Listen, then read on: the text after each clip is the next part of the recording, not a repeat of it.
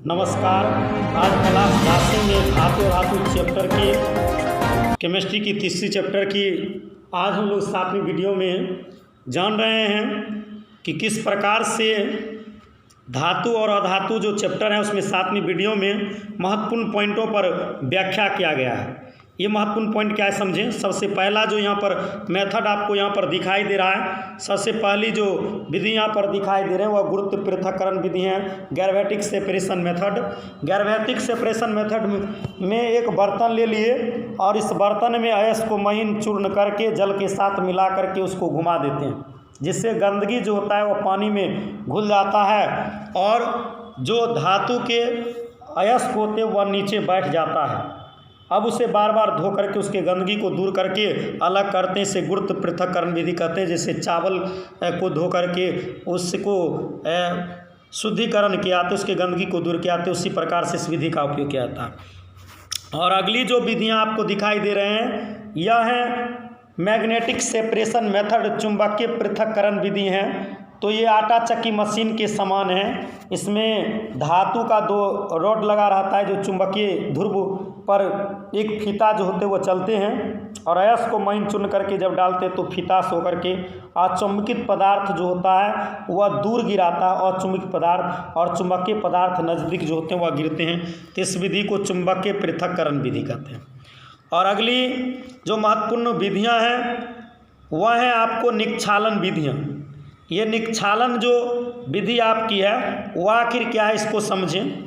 निक्षालन एक ऐसी विधि होती है जिसमें उपस्थित जो अशुद्धियाँ होते हैं, जो अयस्क में उपस्थित अशुद्धियाँ हैं उसके रासायनिक गुणों पर आधारित ये होते हैं। इसको अलग करने का कार्य किया जाता है। इस विधि के द्वारा एल्यूमिनियम का मूल रूप से जो होते हैं गंदगी को दूर किया जाता है। एल्यूमिनियम का अयस्क ऑक्साइड है जिसको सोडियम हाइड्रोक्साइड के साथ अभिक्रिया कराने पर सोडियम एल्यूमिनेट बनता है, जो हाइड्रोक्लोरिक अम्ल और जल के साथ अभिक्रिया करके एल्यूमिनियम हाइड्रोक्साइड बनाता है। यहाँ पर Al, यहाँ पर आप AlOH का होल 3 लिख दें, यहाँ पर AlOH का होल 3।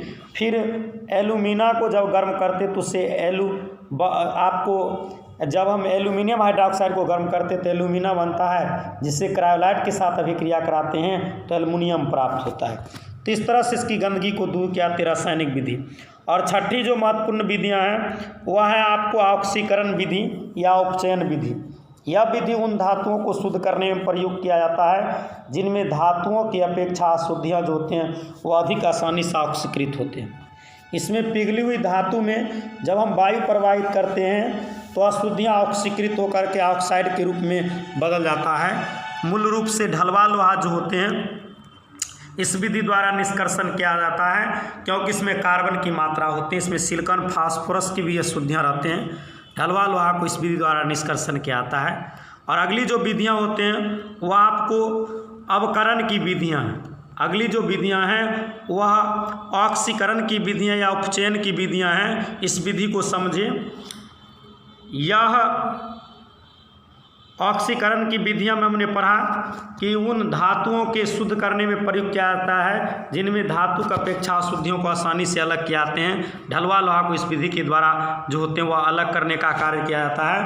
और अगली जो यहाँ पर विधियाँ वो 7वीं जो महत्वपूर्ण विधियाँ हैं वह आपका अवकरण विधि या अपचयन विधि है।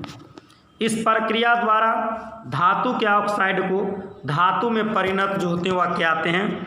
यह विधि 2 प्रकार की होती है, एक रासायनिक अवकरण और एक वैद्युत अपघटन। तो रासायनिक अवकरण में 2 है, एक कार्बन द्वारा अवकरण और एक एल्युमिनियम द्वारा अवकरण। कि कुछ कार्बन द्वारा अवकरण इस क्रिया को आप परगलन भी कहते हैं। इसमें कार्बन के जो ऑक्साइड होते हैं, जो अयस्क होते हैं, उसको जो धातु के अयस्क होते हैं आपको उसको कार्बन के साथ मिला करके और उसके जो अशुद्धियाँ होते हैं, जो गंदगियाँ होते हैं वह दूर किया जाता है। यहाँ पर आप देखें लोहा ऑक्साइड को अवकरण करके लोहा धातु प्राप्त किया जाएगा। इसके अलावा लेड, जिंक, लोहा, टीन धातुओं का निष्कर्षण इस विधि द्वारा किया जाता है। और दूसरी जो विधियाँ होते हैं आपको जो कार्बन के द्वारा अवकृत नहीं होती है उनके लिए एल्यूमिनियम द्वारा अवकरण की क्रिया कराई जाती है।